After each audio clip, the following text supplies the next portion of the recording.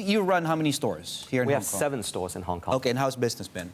Well, I would be lying if I say we're not affected. I mean, the last few months, certainly some of the most difficult times that this city has ever encountered.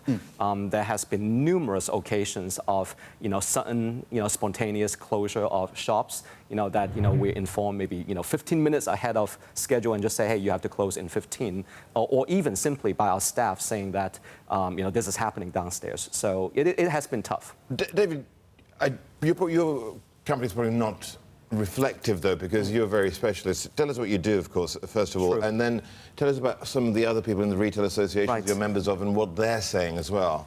Now, I think industry-wide, I mean, August, for example, was the worst month ever in terms of a single-month drop-off in retail sales in Hong Kong. It was record-breaking in a negative way.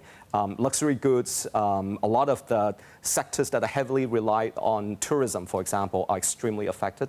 For us, because we focus on food and basic necessity, at the end of the day, we're talking about, feeding Specialists, people. though, come on, let's face it. Yes. So these are more of a daily necessity thing. So for us, we are affected. I mean, we are down on a same-store sales standpoint. We are down by the teens in terms of percentage, but relative to the whole industry, because what we are dealing with are more food-related, so slightly less affected, but it has been difficult. Yeah, the stimulus measures we've heard so far from the government, fee and charge waivers, rental relief for small and medium businesses like yourself, how far do they go in helping to ease some of the burdens for you right now?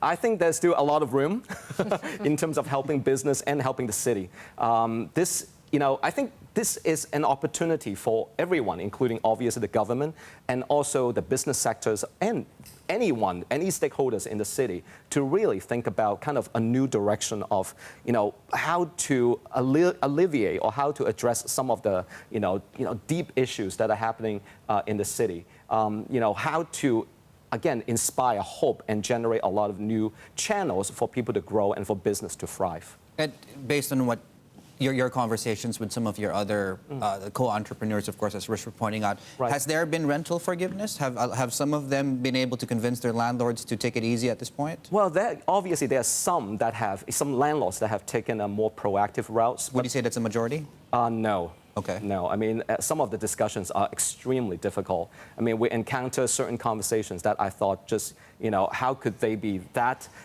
just oblivious to what is happening and the difficult time with the tenants. I mean, at the end of the day, landlords and tenants are absolutely interdependent. One cannot survive without the other. So it has been difficult, and some are very slow in addressing it. And I think that will really hurt the long-term relationship or business opportunity. I was already hurt by that, but that dovetails probably into what you might have to say today, I suppose, because it is that lack of recognition, perhaps, which has been responsible for where we got to today. Yes. I mean, so, many of these tenants, they are small business. I mean... And the weird thing is some of them will leave their places empty for long durations of time rather than actually fill them up unless they get that huge asking rent. That is the conversation that, we have and also many of the tenants have with their landlord is, hey, they cannot survive another 3 or 4 months. I mean, retail is a very cash flow driven business, and once they get into a crunch, even for 3 or 4 months, they may not survive, no matter how good the long-term prospect could be. So I really urge all the landlords to take a much more collaborative and understanding approach.